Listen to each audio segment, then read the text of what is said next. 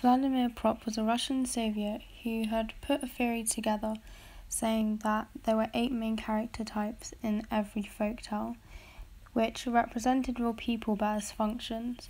So every plot had a hero, villain, a sidekick like a donor, a false hero, a dispatcher, a princess and her father, and a helper. There could also suggest to be a rogue hero, so they're lovable but they don't fit with the hero criteria.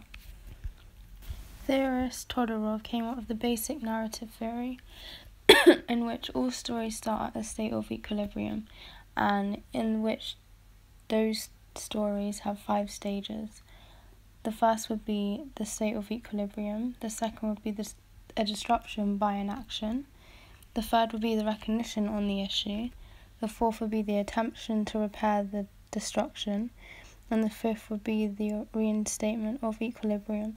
So he's suggesting that all stories have one equilibrium but end on another type. However, horror doesn't always apply to this theory. Aristotle came up with the theory that action is the most important, so the plot is the most important part of a story, a narrative. He said tragedy is representation not of men but of action and life, of happiness and unhappiness, and bound up with action. So this suggests that it's not necessarily the characters that drive a story forward, it's the actual plot.